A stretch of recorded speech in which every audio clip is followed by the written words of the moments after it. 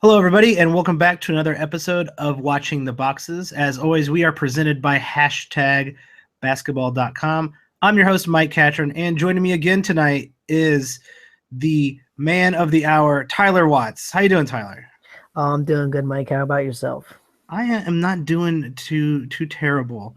I've been following the dramatic Derrick Rose is missing Twitter feeds for the last 48 hours. So that's been very exciting. It's about all I've been up to. I'd like to say I was up to something better, but I just can't. Yeah, I guess I took a couple naps. That's been my highlight of the week. I got like 2 solid naps in this week because Oh, man. I just have no responsibilities. Nap is the greatest thing in the world, though.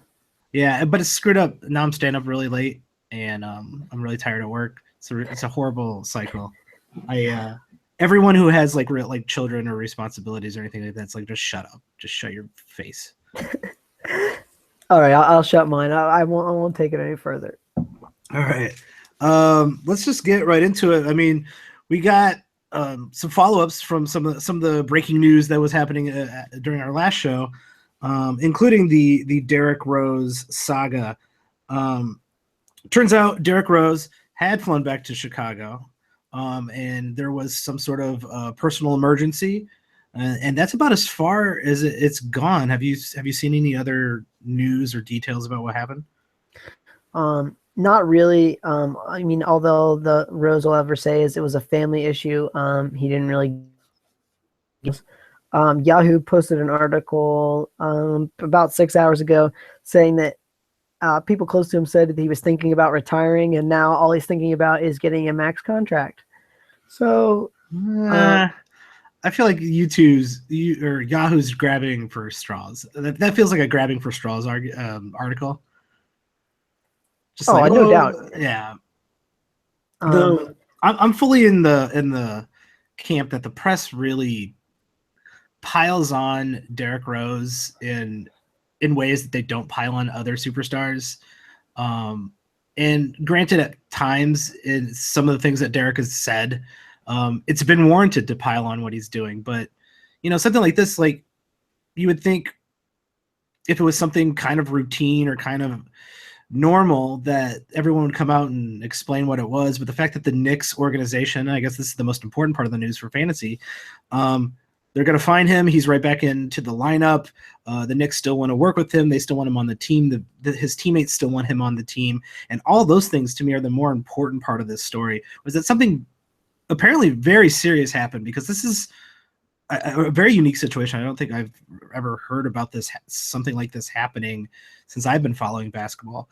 And the fact that no one really wants to talk about it does sound like it could maybe was something serious that just they don't want to air out. I'm with you there. I think the thing that they're more upset about, and I mean, just like with any job, is like he didn't say, "Hey, I'm leaving. I'm not going to be there tonight. This is going on." I think had he gotten out in front of it like that, they probably would have just said he's absent due to a personal issue, and this whole thing would have been no story.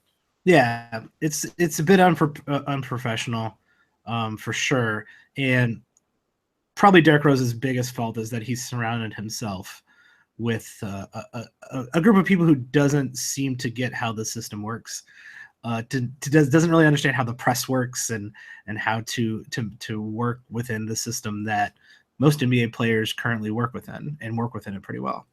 But I guess the most important part is that Jennings back to the bench, it sounds like. Yeah, no doubt. And Rose played tonight and played the usual minutes, it seems like. So feel free to drop Brandon Jennings. Yep, I think it was worth taking a flyer on him just in case, because no one knew if Derrick Rose was going to show up in public ever again 2 days ago. This has been 2017, already a very strange year, and that's just another check mark on how strange it's been. It's only the 11th. Still plenty of time to get stranger. I wouldn't doubt that. I think the other interesting thing that happened was Kyle Korver actually played in the Cavs uniform. What did you think about his debut? Oh, wow. Well, Kyle Korver was Kyle Korver, Is that fair to say? Yeah, I He only think played 18.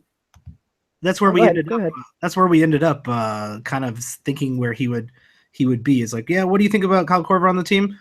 He's still going to be Kyle Korver, and I think you're right. He was. He only played 18 minutes, which you didn't like to see that. But I mean, I think he just is what he is. You know what I mean? He's going to give you some threes. He's going to give you a little bit of this and that, but I don't think the minutes are going to be huge. And I just don't think he's really. I mean, he's like a stream guy in a standard league. If you need what Kyle Korver gives. It's definitely not promising that in a game that was close that Cleveland did lose, that he played 17 minutes when he had been hitting 25, 28, even the occasional 30 with Atlanta over the last month.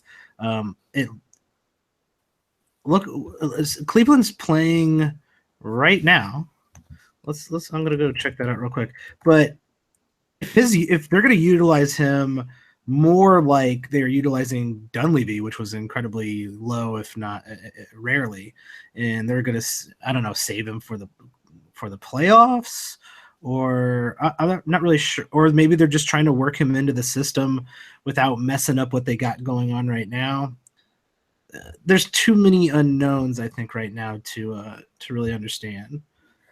And I think that's part of it. I mean, I think that they want to get him comfortable and get him, get a few plays that they can, run and know where he's going to be, and get him in the spots where he thinks he's going to be most successful. Not that they're going to run a great deal of plays for him, obviously, with the talent they have, but I think it's just kind of going to settle in for a couple weeks at least, and then he'll probably get going to being his usual Kyle Korver self. Yeah, it's currently halftime. Cleveland is playing Portland. Portland is beating them. That makes me happy. Kyle Korver, 10 minutes over 2. So that does put him on pace for, a little bit above 20 minutes for the game there. But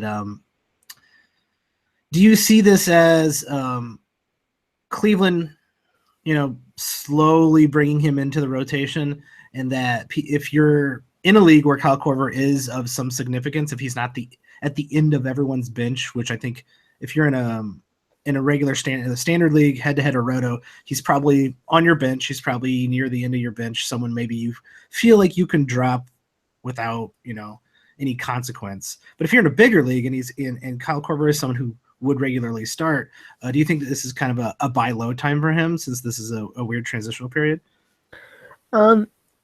Yes and no. I think that in about a week it might be. I think it's going to take at least that long for him to settle in. But right now, I mean, I think I don't want to buy the week of him being bad. Yeah, the risk. I think the risk is there that he is going to play 17 minutes a game, and this is what you're getting. And I think that risk is big enough to wait and see versus moving on an opportunity to be like, all right, he's his value's dropped, but it's going to come back up. This sample size is still a wait and see for anyone who's super interested in Kyle Korver. Totally agree there. Along with other news, we've seen the second game. It turns out, I guess it's not the second game because they didn't play tonight, but the Bulls will go out without Jimmy Butler again for the second game in a row, along with Nico. Nico is also going to be out. Both of these, they're going to be missing time due to the flu, due to an illness. So this isn't really a terribly long-term thing, but this could basically show a trend of what you'd expect if there was an injury on the team to one of those players. Are you seeing any value on this team with someone like Butler and Nico sitting out these couple of games? Well, I mean, come on. I know you watched this game. I want to know what you thought about Rondo. I have the same thoughts about Rondo that I've had since the beginning of time, which is he's horrible and I hate him forever. You were cursing his name when he stepped on the court? So this was like maybe the only actually I'll reverse that. This was the only time I was kind of interested to see what he would do with the opportunity to come back in after being sat on the bench, embarrassed, disgruntled, not playing, basically told he's not wanted on the team, to come out and be like, you know what, screw you guys, this is how good I am. And he came out and he played normally. Like he came out and played like a Rajon Rondo who shouldn't be playing major minutes played. I mean, if he's okay, he had 6 assists and 3 steals and 12 points. Great, that's fine. That's not starter caliber stats. It's not starter caliber usage. Teams still play off of him. They still don't respect him on offense. Rajon Rondo is still Rajon Rondo. It's not like sitting out the last 5 games has put any fire under him to become, to maximize his potential. It just seems like he came in and played his normal game, and his normal game just really isn't that good. Yeah, I'm with you there. I think as far as tomorrow's game goes, I think that Dwayne Wade is gonna probably have a pretty big game. I don't even know that Rondo plays if Wade is back. Yeah, I think there's been a couple questions about Rondo, and everyone's like, "Oh, everyone said to get rid of Rondo, and look, he came in, played 27 minutes." And obviously a lot of those people didn't watch the game because I think half of them didn't know that Wade and Butler were out.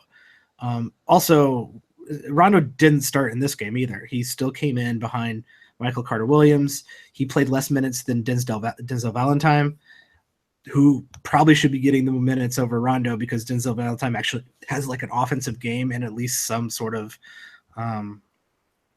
inkling of potential.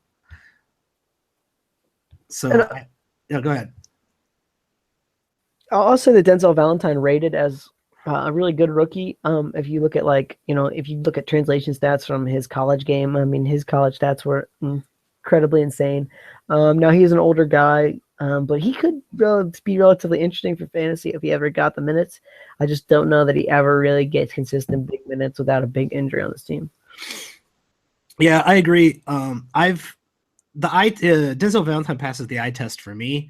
Every time I see him come in, I see a rookie for sure, but I see a rookie making pretty decent decisions, and definitely an understanding of his place on the court, and occasionally just really not afraid to go hard at certain points. I'm a little surprised he didn't get the start in that game, but he did play the most minutes out of anyone not named Robin Lopez on the Bulls.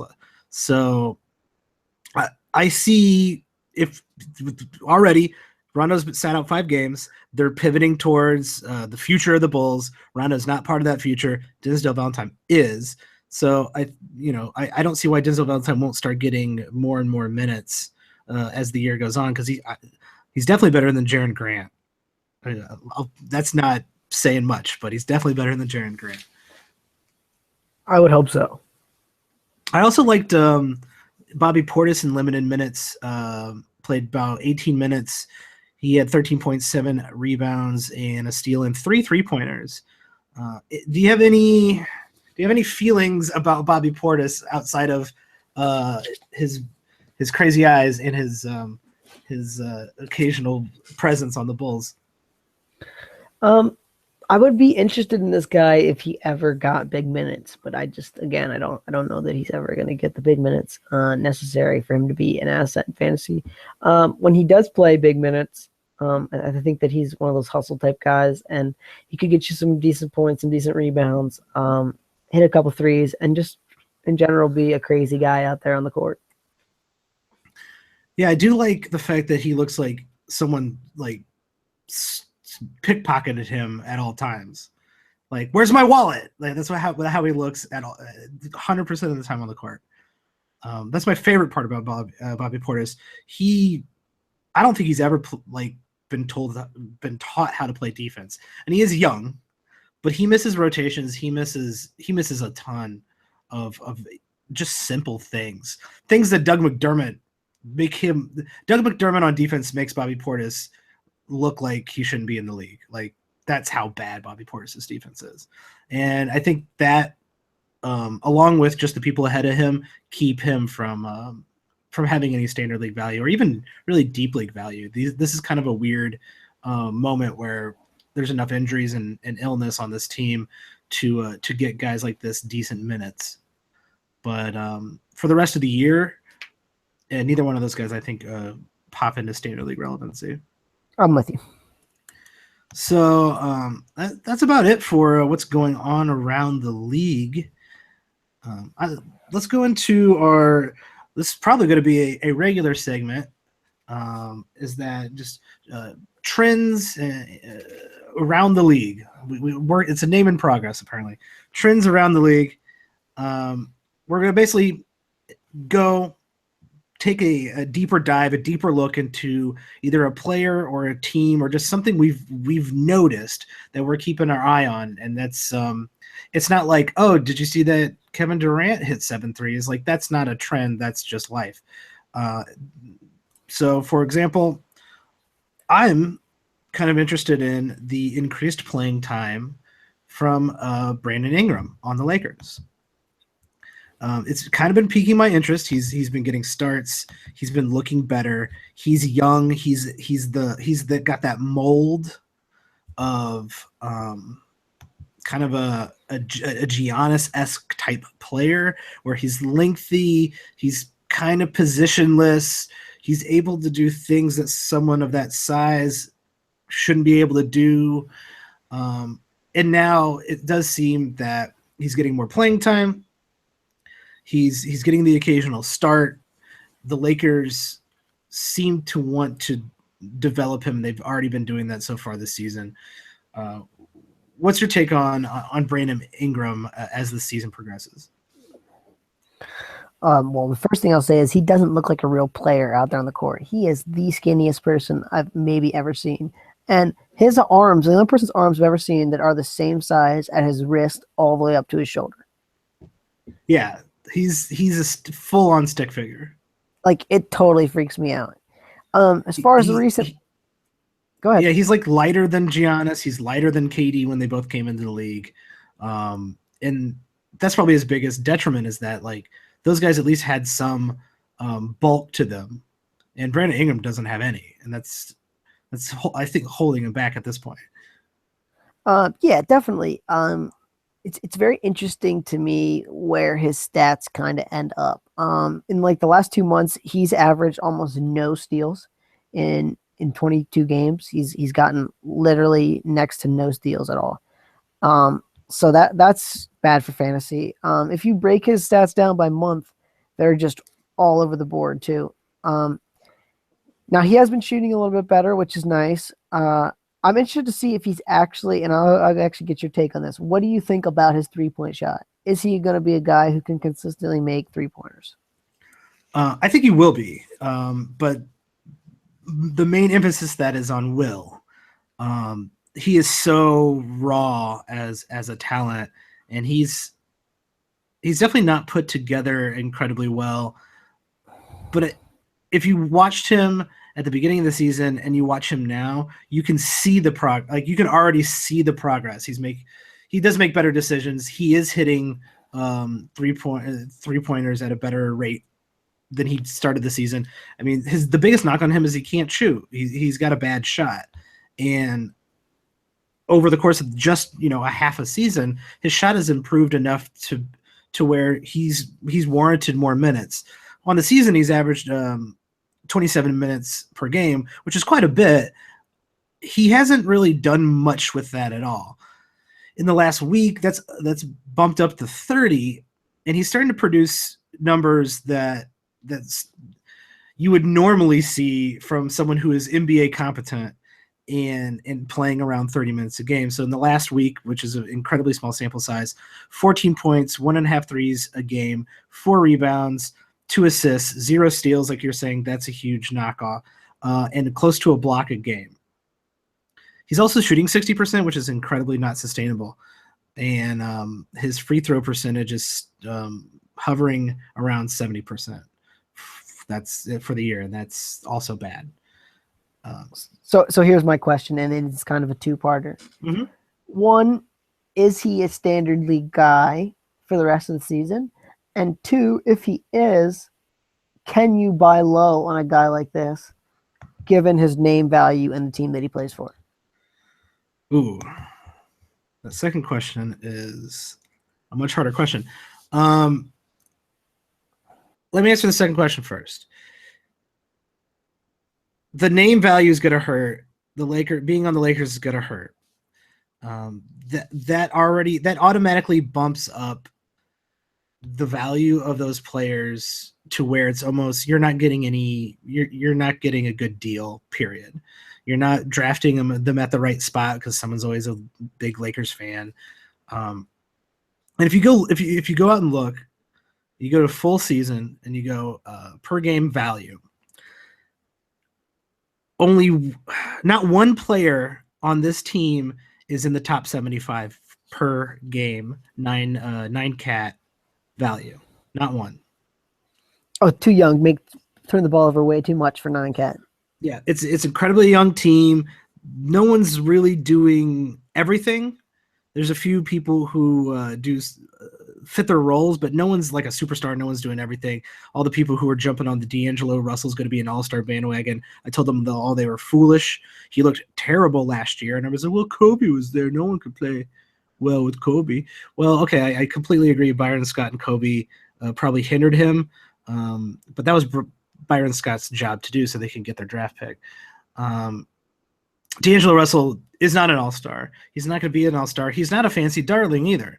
I know he's been injured and such, but he's shooting the ball much better. He's scoring a lot more, but he's not a traditional point guard. He's falling into the Kyrie Irving mold, which is not a great fantasy point guard. It's a good fan. It can be a good fantasy player, but it's not a great fantasy point guard. It's not Chris Paul. So when you look at this team top to bottom, they don't have a lot of talent.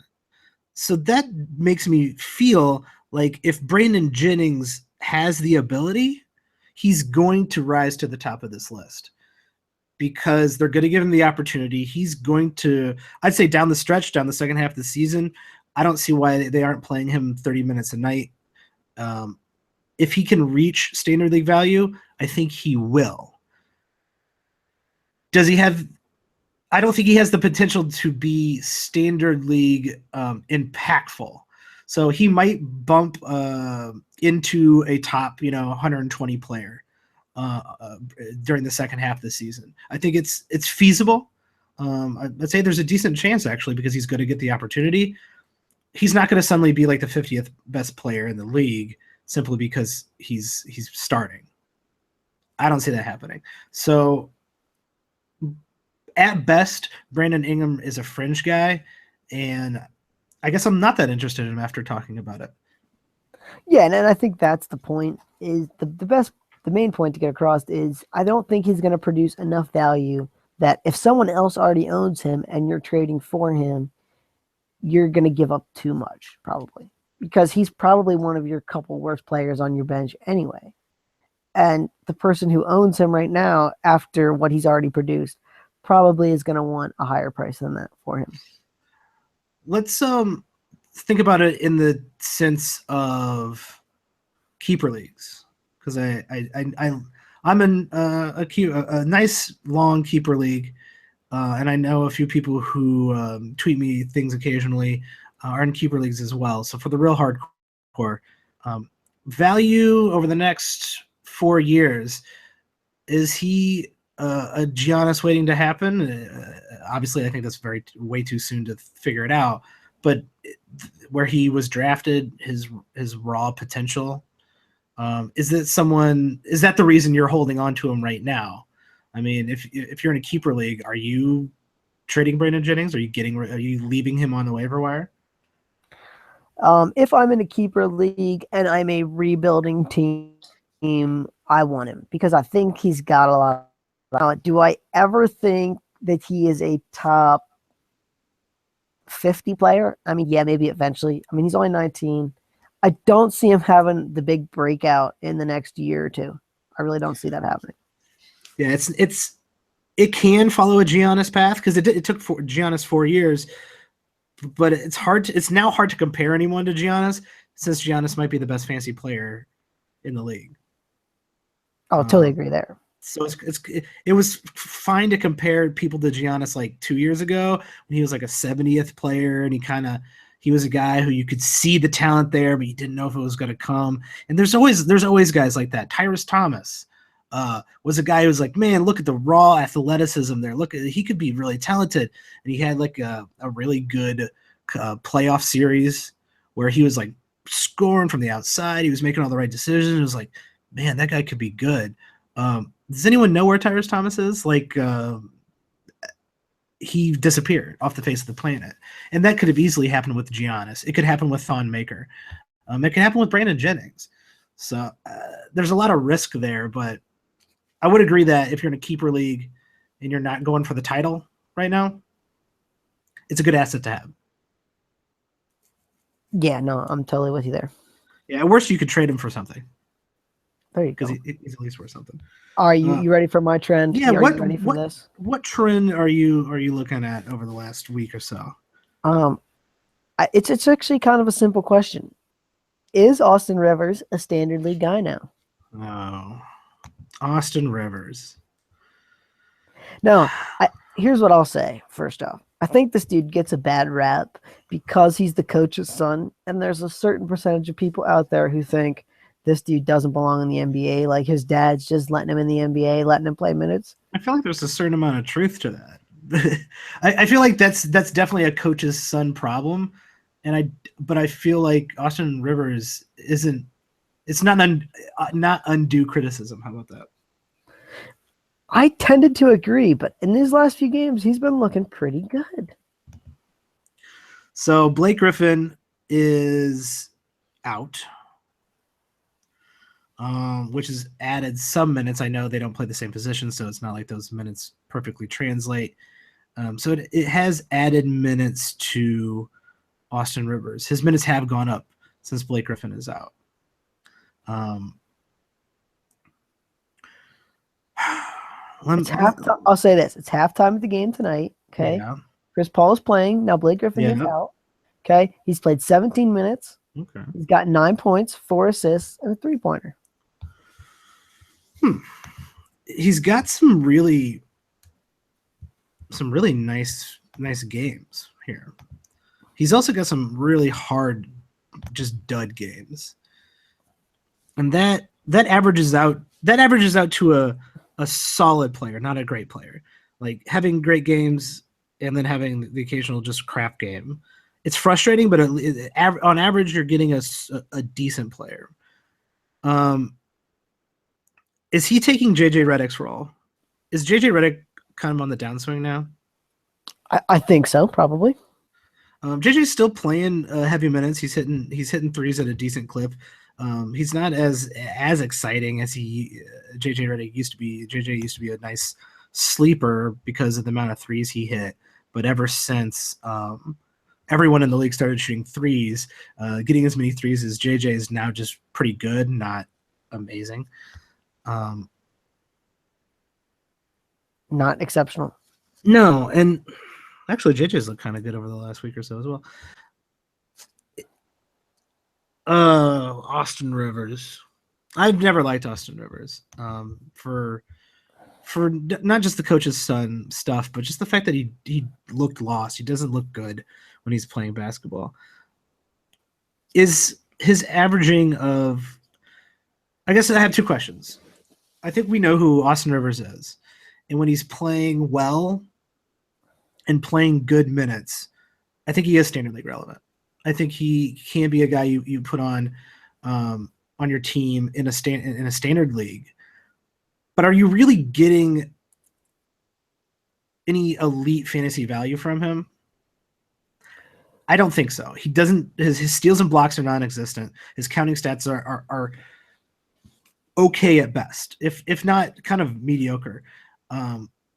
What are you getting from him that's unique that you're not getting from someone else on the waiver wire, that you're not getting from Evan Fournier or Wes Matthews?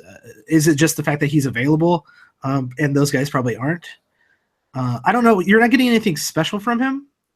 And I don't think him playing over 30 minutes a game is sustainable for the rest of the year.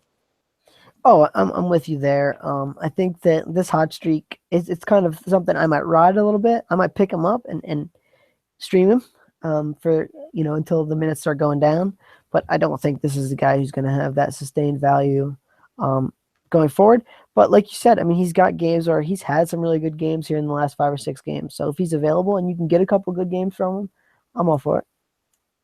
Yeah, this feels like a hot hand play. So if you're in head-to-head leagues, you make him one of your better streamers. If you're in a little bit of a bigger league, throw him on the end of your bench, stream him in until the hot streak leaves. You should. We've talked about this already, and I talk about it all the time. You should always have some leeway in your roster where you can drop a guy and play a hot hand from the waiver wire. And I think that's all this is. If I'm looking at the rest of the season value, and I had to choose between keeping Austin Rivers on my roster for the rest of the season versus not having him at all, I would choose not having him at all. I'm with you there. Cool. Let's not talk about Austin Rivers anymore. No, I think it's valid. I just man, I hate Austin Rivers. I don't know what it is. It's a feeling in my gut. My favorite part about when the Clippers come to Philadelphia is the announcers in Philadelphia refuse to call him Doc Rivers. They call him Glenn Rivers. Wow, I like that. Throwing a little shade. I respect that. I respect announcer shade. Every time I hear it, though, I'm so confused. I'm like, who's Glenn Rivers? And then I'm like, oh, wait.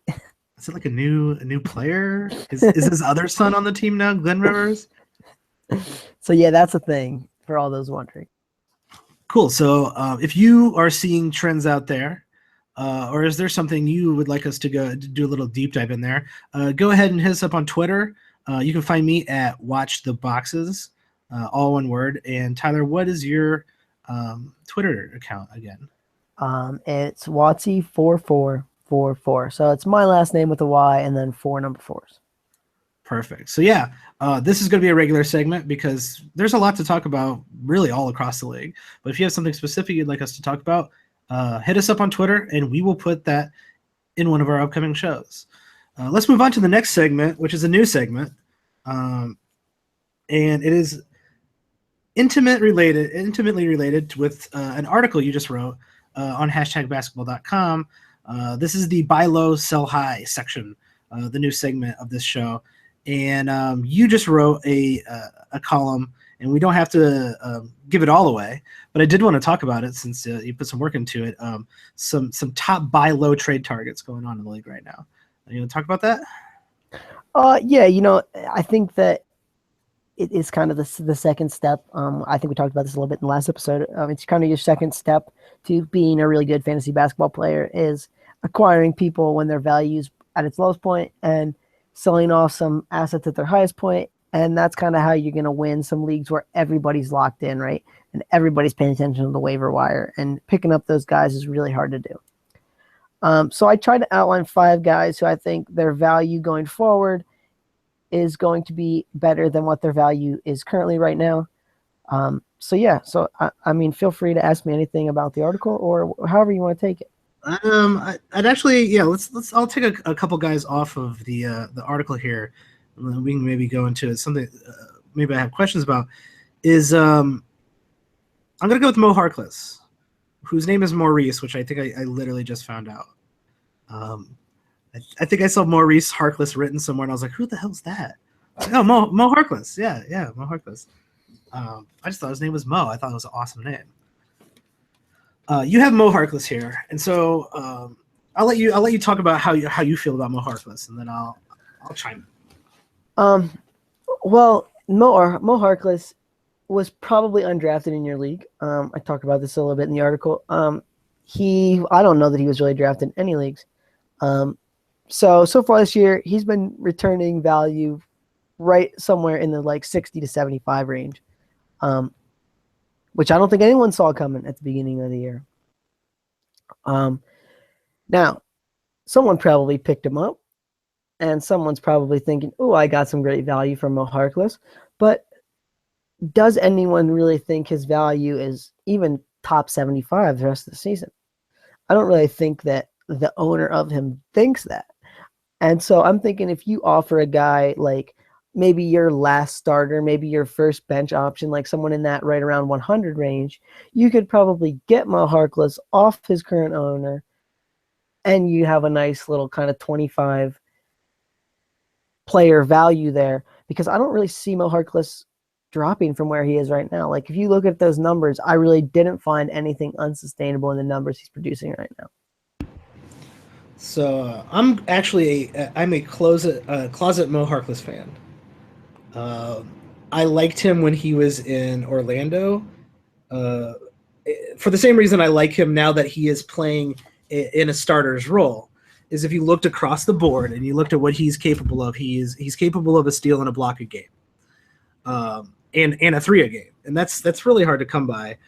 Just looking at those three stats alone, a block, a steal, and a three a game is across the board value, and that's what I tend to go with that over someone who just hits threes.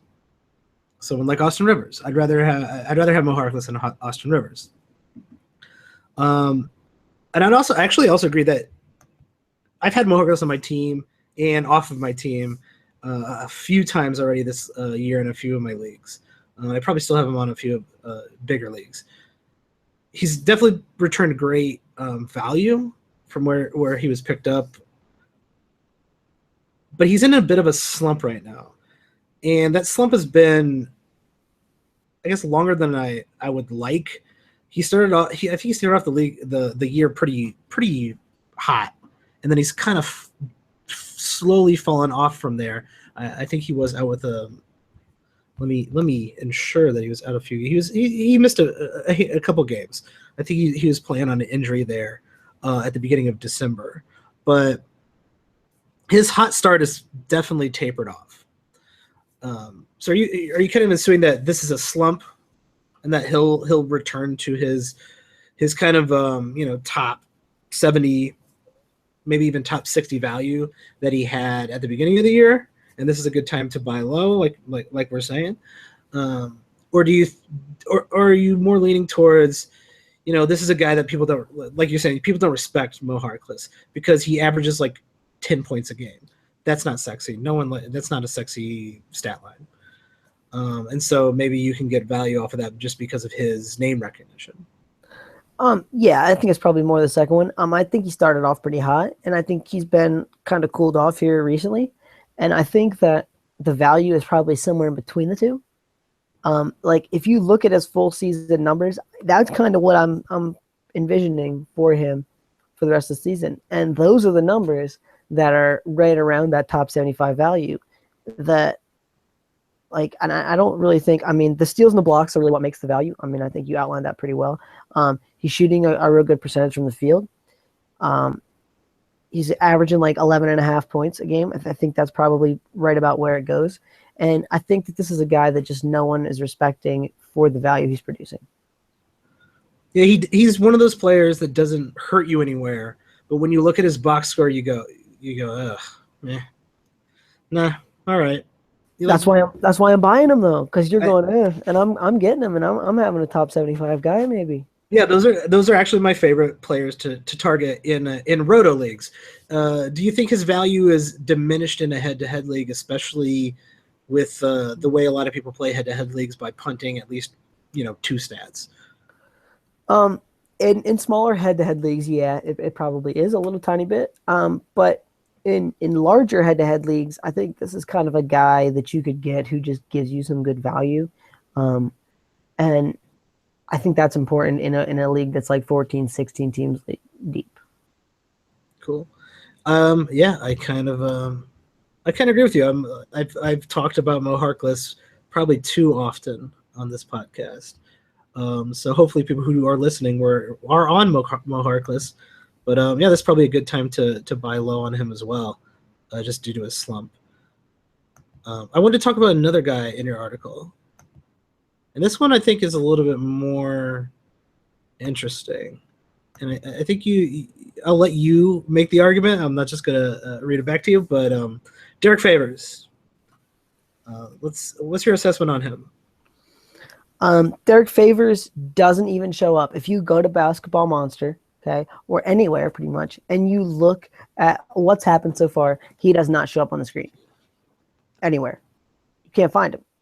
Um, if you look on ESPN's Player Rater for the season so far, he's the 252nd ranked player.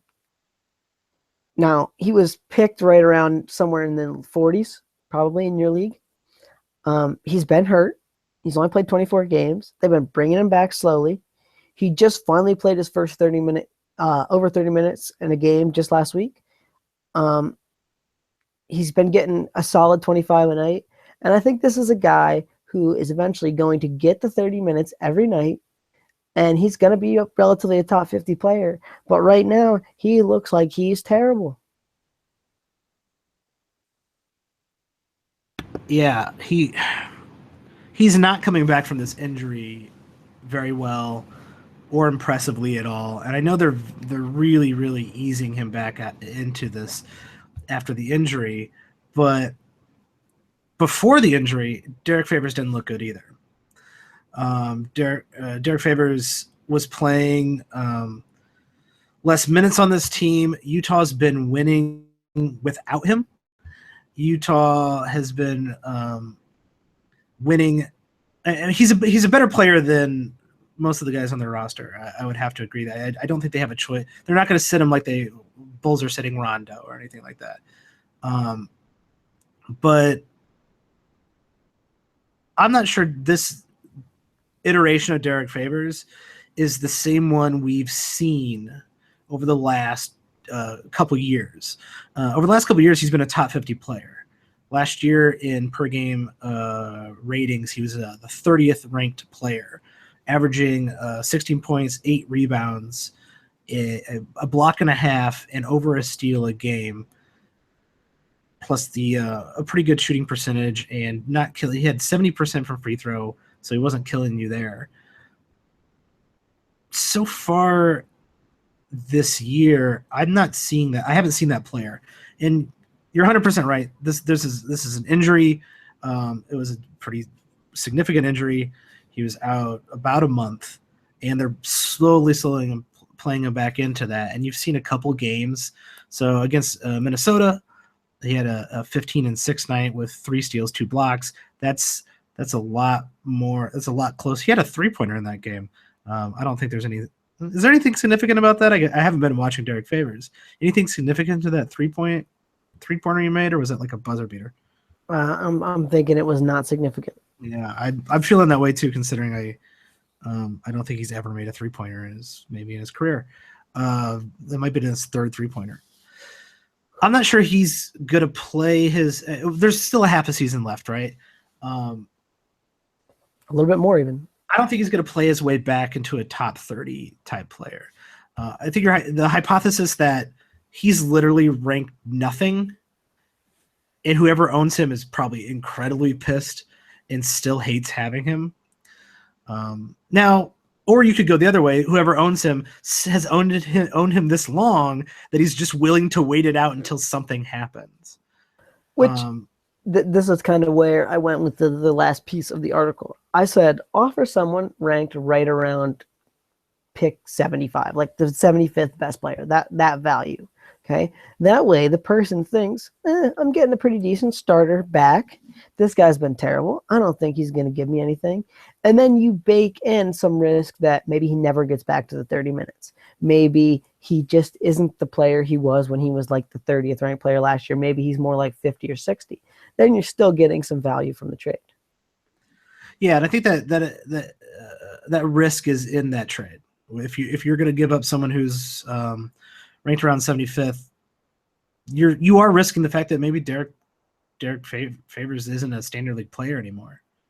But at least his potential, his ceiling is high enough that warrants you to risk something like that. His ceiling is top 30 players. So to gain something like that, you do have to give up something for it. And I definitely agree that he's a buy low candidate. But I think people expecting him to be what he was last year, he's not. This year, he's not going to be that player. Well, yeah, and I think that they just got a few more options with George Hill, and I mean, not that Joe Johnson is anything great at this point in his career, but they've gotten a few more guys who can score the ball and just play minutes. And so I don't necessarily know that he's going to be the top 30 guy, but I think he's probably, uh, chances are better than not that he's ranked somewhere from 50 to 75 when he gets up to whatever his peak is this season. So yeah, that'll be interesting to follow as the second half of the season progresses. Um, you kind of alluded to giving trade advice, and to me, that's the hardest thing to do with anyone who's asking for fantasy advice, because you have to know so many details about that person's roster, the person they're trading with roster, where they're at in the rankings, how big is the size of their league, how many centers do they have. It's you can spend an hour setting the table before you start talking about the trade. But I've kind of like what you've done here in this buy low article that does have more players on it, so everyone should go check that out on #basketball.com. I like what you did with saying, all right, I don't know what your team's makeup is, but here's a ranking I feel is fair. I think you think, hey, Derek Favors could be a top 50 player. But right now he's 252nd. So throw up a 75, the 75th ranked player. I really like that approach to trading. And that segues, I think, generously into a segment we want to try to figure out the perfect way of talking about trades and giving out a player. And I think talking about it like you've talked about it with a kind of throwing it into a ranking system instead of throwing it into a specific situation is probably a better way to get through to just anybody. They can apply it to their situation however they feel applies. And I think that's kind of why I went with it in the article. Is I just feel like every team is going to be different, every league is going to be different. Maybe you have Derek Favors, maybe you're trying to trade for Derek Favors, maybe you're trying to get rid of Derek Favors. Yeah, maybe you're punting free throws, maybe you're punting steals, maybe your league for some reason uses technical fouls and triple doubles. Stop doing that, everyone. Stop. There's no need for this. So I think it's just a good way to say this is kind of a value. If you can get that value in return, do it. I completely agree. Let's actually take a player and I guess get a feel for who would you trade for this type of player? What would be a fair trade, or what would be a good trade for the rest of the year, for the second half of the season? And so one of the guys I consistently follow without any reason is Greg Monroe. Greg Monroe's in that really interesting situation in Milwaukee. He was their starter. They didn't want him to play anymore. He's come off the bench since the beginning of the season. He's played 7 minutes in a game. He's played 33 minutes in a game.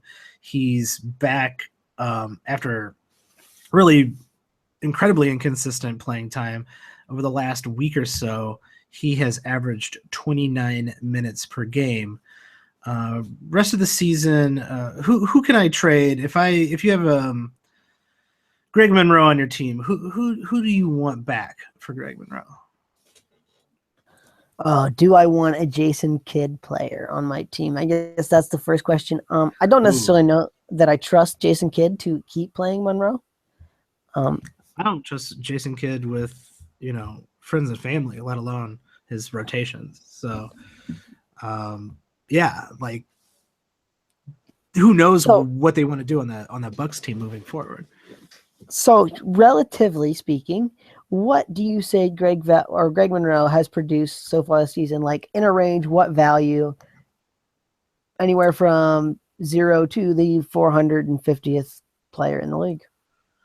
I think he's been a lower half tiered standard league player. His inconsistency has been incredibly detrimental. I put him in that 70th range.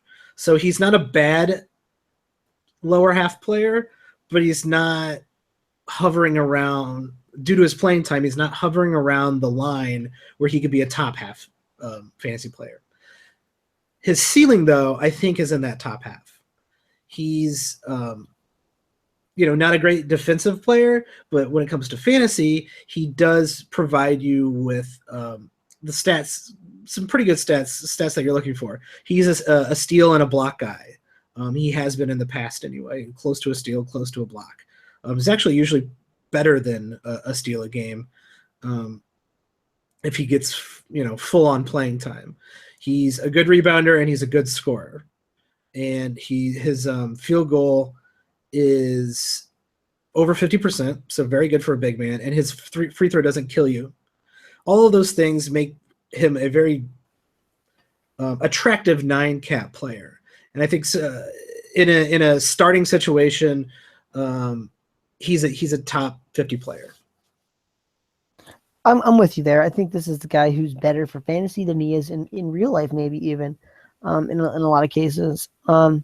So if I want Greg Monroe from you, what am I willing to give up? If that's the question, I'm willing to give up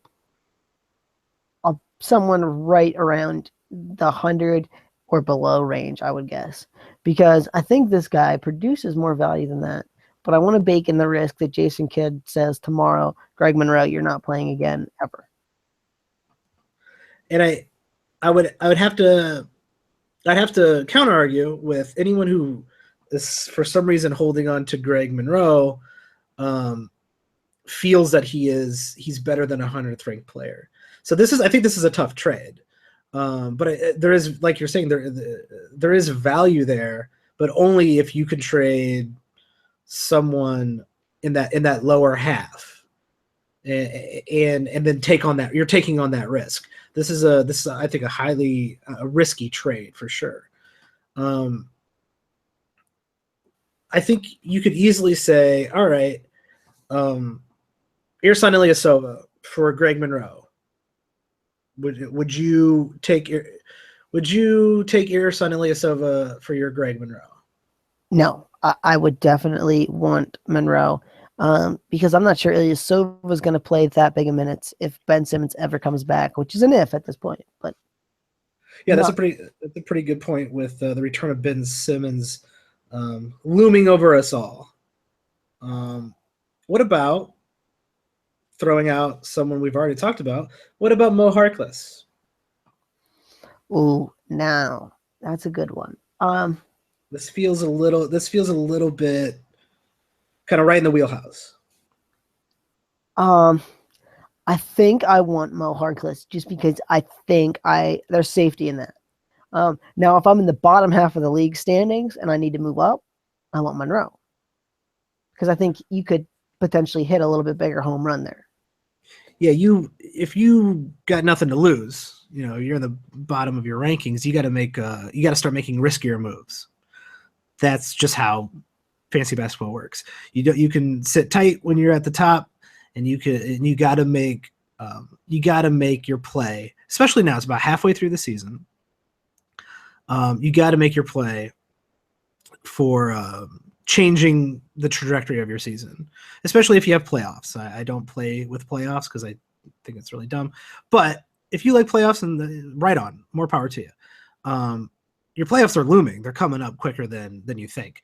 So right now you got to make a riskier move, and this would fall into a riskier move. You are a guy who is not lost his Mo Harkless, someone who starts, plays solid minutes every single night, isn't going anywhere. Even with the return of Al-Farouq Aminu, he continued to keep his role on Portland.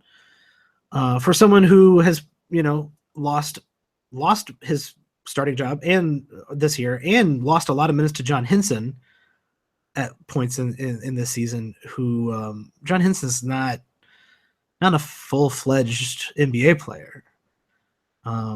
So that inconsistency of Jason Kidd is very risky. Yeah, and conversely, if I'm at the top of my standings, I might want the safety of Mo Harkless and just saying I'm gonna make, especially in a head-to-head league, I'm gonna make the playoffs. I want to know I have some stats when the playoffs come. Let's I'll throw one more name at you. Tyler Johnson. Tyler Johnson, kind of moving up in the rankings, playing a bigger role in Miami. Is he someone you would be willing to give up for the possibility of Greg Monroe's breakout? I think I'm keeping Tyler Johnson there pretty much no matter what. Just because I think Tyler Johnson is a really underrated guy so far this year, and I think that with that Justice Winslow injury, I think he's going to get big minutes, and I think the production is going to be there because of that. Yeah, he's not going anywhere, and he's trending up, and that's something you do have to take into account. I do like your assessment of kind of like in that 90 to 100 range is the correct risk to take on, because you could get Greg Monroe and he's not fantasy relevant at all, or you could get Greg Monroe who's a top 50 player. And so somewhere in that 80, 90, 100 range, somewhere in that ranking, depending on your need to move up in the standings, that's probably the range. So what's the trade range for Greg Monroe? I think we found our segment. All right, nice. Cool. Do you have a player that you're let's one more player? Let's figure out their trade range. All right, let's do it. You got someone in mind, or you want me to throw someone? Throw somebody out. We'll wing it. All right, let's see here. This was a player we talked about a little bit before the show, and a guy I am always deathly afraid to own in my leagues. Bradley Beal. Ugh. Okay. Now Bradley Beal is good at what he's good at for as long as his legs keep him upright. He's due to not be seriously injured, right? But is he? He's due to be seriously injured, and he's due to maybe like have one healthy season. That's what I mean. So, okay. So Bradley Beal has been pretty darn good this year, relatively speaking, for Bradley Beal. So what trade range are you giving up to get yourself some Bradley Beal? So if I want Bradley Beal, I need points and I need 3-pointers, because that's what he's actually good at. Everything else, he's not bad. So it's like some players get threes and they get like 0 assists. Bradley Beal is averaging 3.5 assists a game, which is super competent. That doesn't hurt you. Like someone who would get like 0.8 assists a game, but average 22 points and 3 3-pointers. So Bradley Beal does have a lot more value than your standard shoot first guard. I think it's the players I don't like. This is the mold of the players I don't like.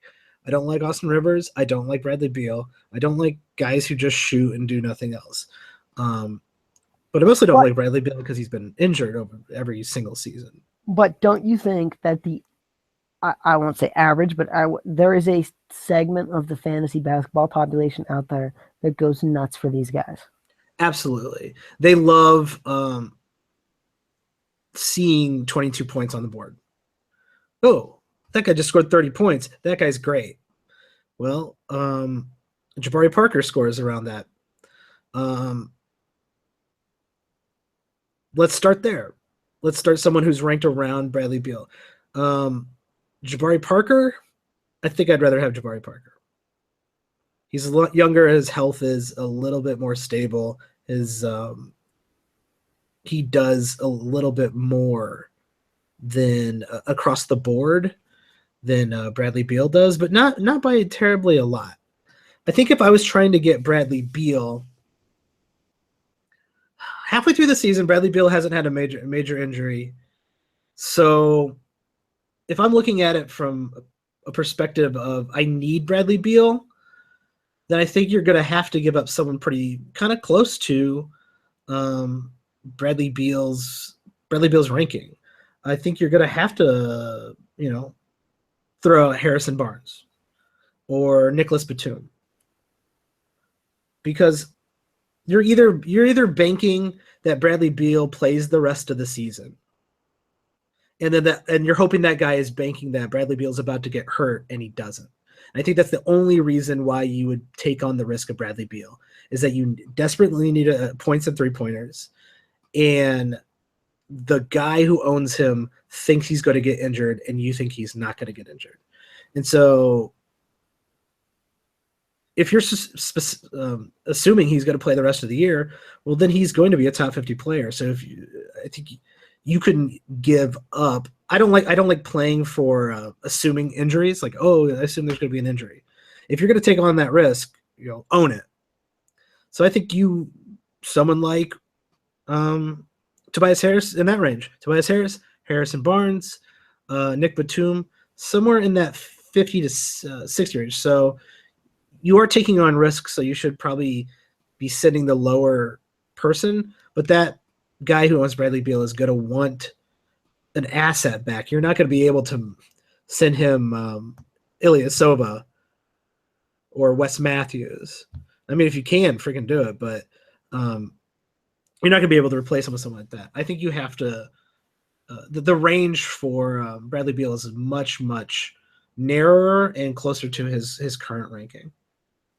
I totally agree. And if I'm owning Bradley Beal, this may be the moment where I'm trying to sell him for a similar ranked player with a safer injury history.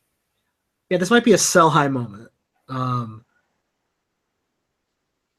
Simply because of his injury history. And quite frankly, he's playing 35 minutes a game. I don't know how his value goes up. He's not going to get any more usage. Well, and he's playing the best he's ever played. If you know there's a guy in your league who goes crazy for points and threes, now's the time. Hit him up. Say, hey, I got Bradley Beal for sale. Let's maybe reverse this. If you were getting this is instead of this being a guy we want, kind of like we were trying to figure out the range of Greg Monroe. You kind of want Greg Monroe. You're not looking to get rid of Greg Monroe.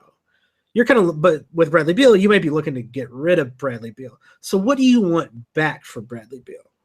Not what you're going to get back, but what do you want back?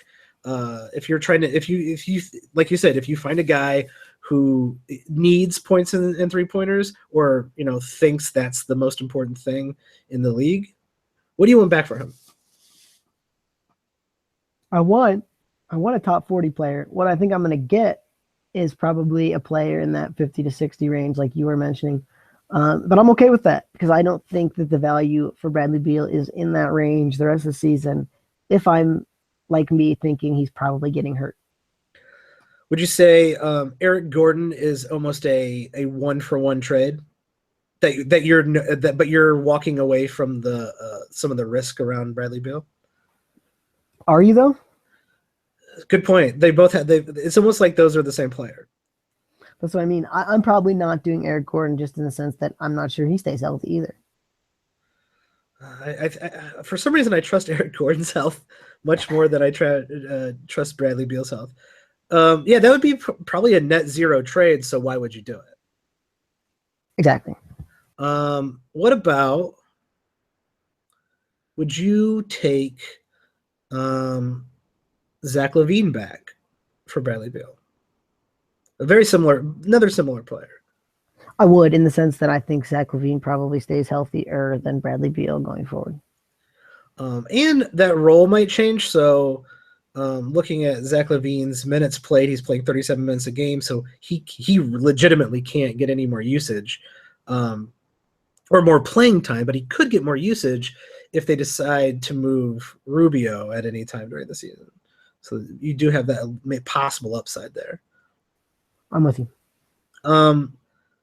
What about Rudy Gay? Would you take Rudy Gay back for Bradley Beal? Rudy Gay's been injured. The Sacramento Kings are a mess. But when Rudy Gay plays, I think Rudy Gay's criminally underrated. When Rudy Gay plays, he's a really good player. Now you're making me think about it. I would probably want Rudy Gay back for Bradley Beal, but I would not be super excited about it.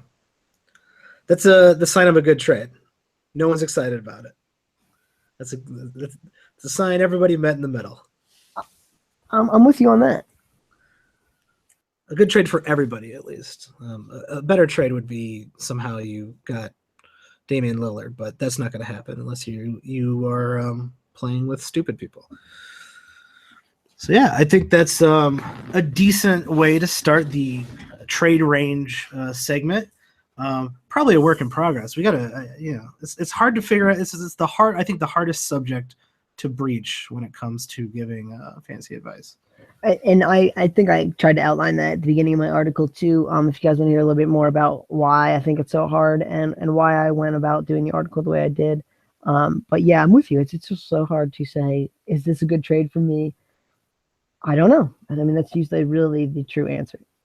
Yeah, I really like your approach of giving at least a baseline of something that people can take and then apply to their own league or to their own settings or to their own team. I think it's a good approach. Well, thanks, man. So I appreciate you coming on and talking about your article, which you can find on #basketball.com. Go check that out, along with their fantasy tools, their Twitter tools, and their NBA schedule for weekly schedule for fantasy, which to me is the most useful thing. I use that the most. There's also other useful things on there too, but that tool is second to none, though. Oh yeah, I think it's the best one you can find on the internet. So I'm 100% behind you there. So yeah, where can we find you on Twitter? And is there anywhere else we can find anything else you're up to?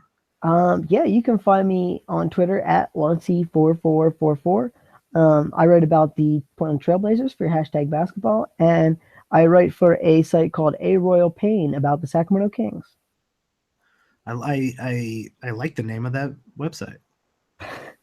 I didn't make it, but it is very clever and catchy.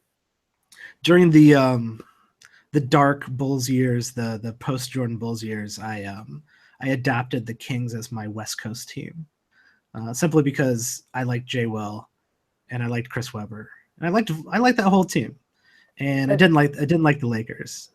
I'll say, and them and the Lakers had that very fierce rivalry of seemed like in the Western Conference against each other every single year. Yeah, that was brutal. I think the NBA's trying to block that video from going up, but I feel like there's game 6. I think the Kings somehow committed 24 fouls in the Lakers shot 24 free throws in the fourth quarter, including the time Kobe Bryant elbowed Doug Christie in the face and knocked him to the ground, and they called a foul on Doug Christie's face. So I remember that game. I distinctly remember that game. It was I would say the heart of the David Stern era. I'll back you on that. So all you kids who don't remember just the late 90s, which is more and more people I keep finding out. Go scourge YouTube and look up that Sacramento Kings Lakers series. Some really a great rivalry when you think about it, and sadly the only time the Kings were relevant. They've really had poor management after that. It's sad to see. Yes, it is. So you can find me on Twitter at WatchTheBoxes. Feel free to hit me or Tyler up with questions about fantasy, feedback for the show. And if you like the show, go out to wherever you're listening to this right now, give us a ranking and give us a review. It helps people find the show, especially the reviews. It helps us on the rankings on iTunes or wherever podcasts are ranked. Or if you can, tell a friend. If someone likes fantasy basketball, let them know about this. Even if this is your secret way of being better at fantasy basketball, please tell a friend who's maybe not in your league. How about that? So thanks for joining me, Tyler. I'll probably be talking to you soon. All right. Thanks, guys. Thanks, everybody. Have a good one.